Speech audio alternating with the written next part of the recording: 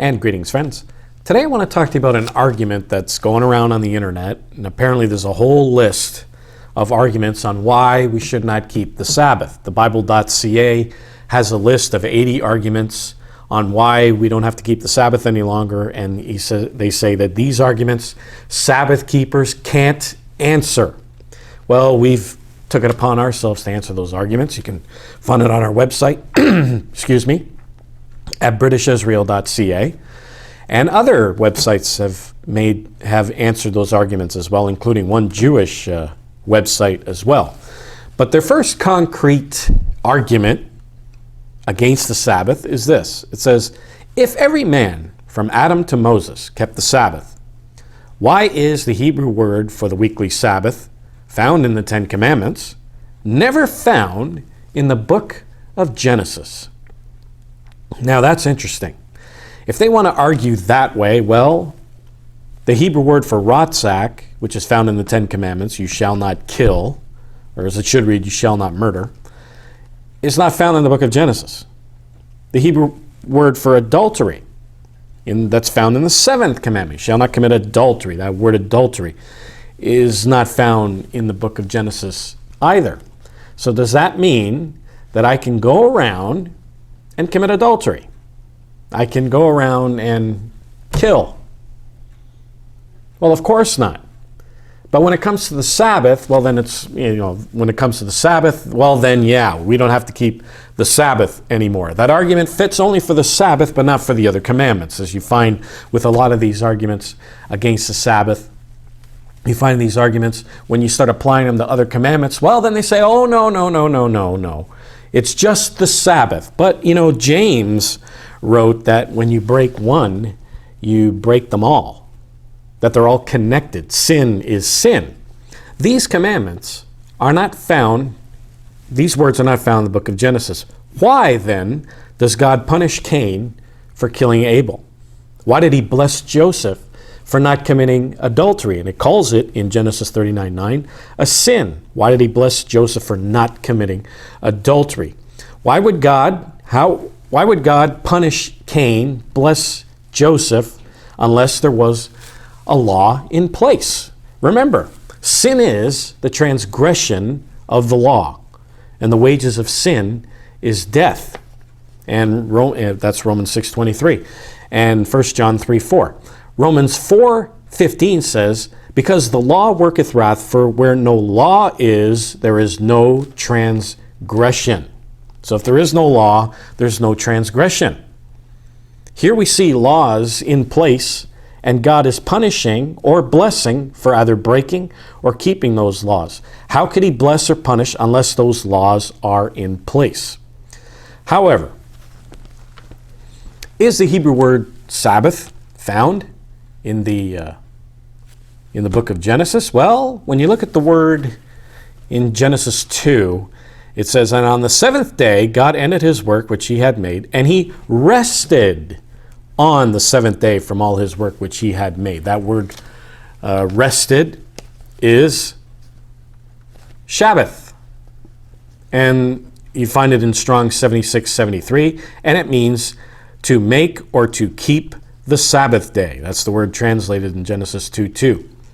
And it is used in the context of the Sabbath, resting in the verses of Exodus 16:30, which is before the Ten Commandments were given on Mount Sinai, and Exodus 31:16 and 17. In fact, in Exodus 16:30, the word is connected to God's commandments as seen in verse 28 before the giving of the Ten Commandments in Exodus 20. Now in the book of Genesis, why don't we see the commandment, remember the Sabbath day and keep it holy? Was it known at that time? Well, it was known before the Ten Commandments were given at Sinai. You see that in Exodus 16th chapter. God mentions his Sabbath, and it was known. Was it known in the book of Genesis? Absolutely.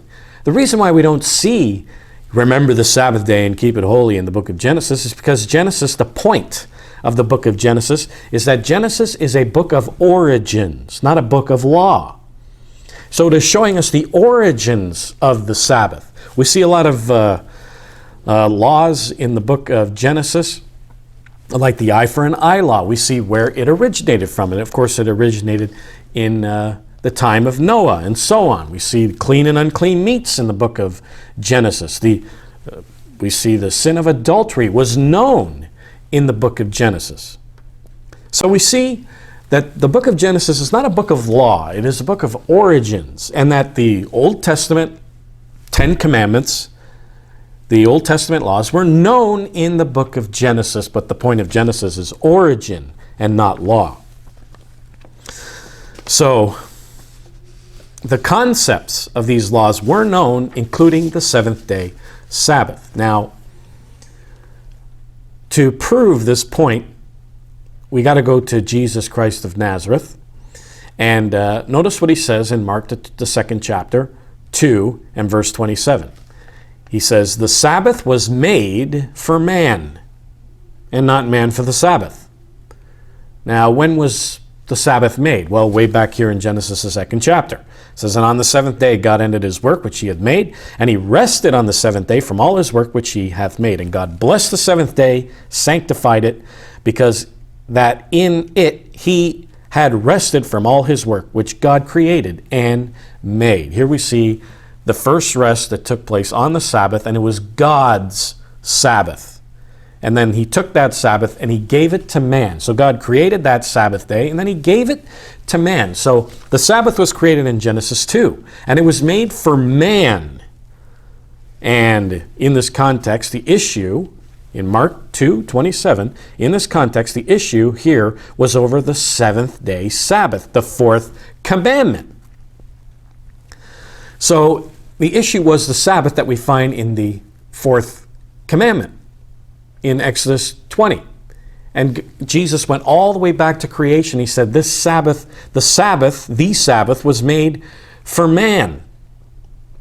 And when was it created? In Genesis second chapter. So here Jesus is going all the way back to the beginning. And the word made that Jesus used took his listeners all the way back to the creation week. And the word man, well, who was created back in Genesis second chapter, in the book of Genesis? Who was created? What man? Well, Adam and then Eve. And it was created for them. And, of course, their descendants. It was created for all mankind. In fact, the Greek word for man holds a more general plural meaning, and it really means all human individuals. You can look that up in Strong's Exhaustive Concordance. So here we see Jesus talking about the rest that took place in Genesis second chapter, and he said that Sabbath, and when you look at Mark the second chapter, the subject was the fourth commandment, the seventh-day Sabbath.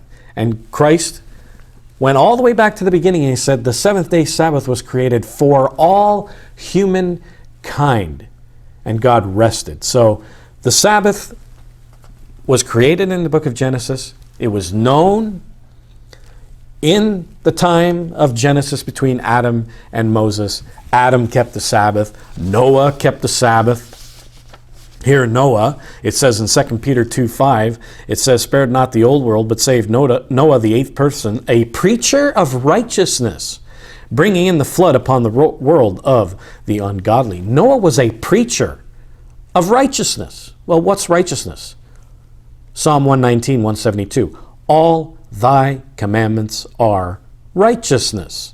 Noah preached righteousness or obedience to the 10 commandments of God. And so, not only did he preach it, he lived it. It says that Abraham, in Genesis 26 chapter, verse 4, or verse 5 rather, it says, "Because that Abraham obeyed my voice, kept my charge, my commandments, my statutes, and my laws." Those are God's laws. You can find this same expression in Exodus the 19th chapter, before he gave the law to Moses on the tablets of the 10 Commandments. It's the same. These are the same words, and it means God's laws, the 10 Commandments. The commandments were known in the book of Genesis. Why we don't remember the Sabbath day in the book of Genesis? Because that's not the focal point of the book of Genesis. The book of Genesis is a book of origin, not a book of law. So to say that this argument proves that we don't have to keep the Sabbath day anymore is just another Bible misconception.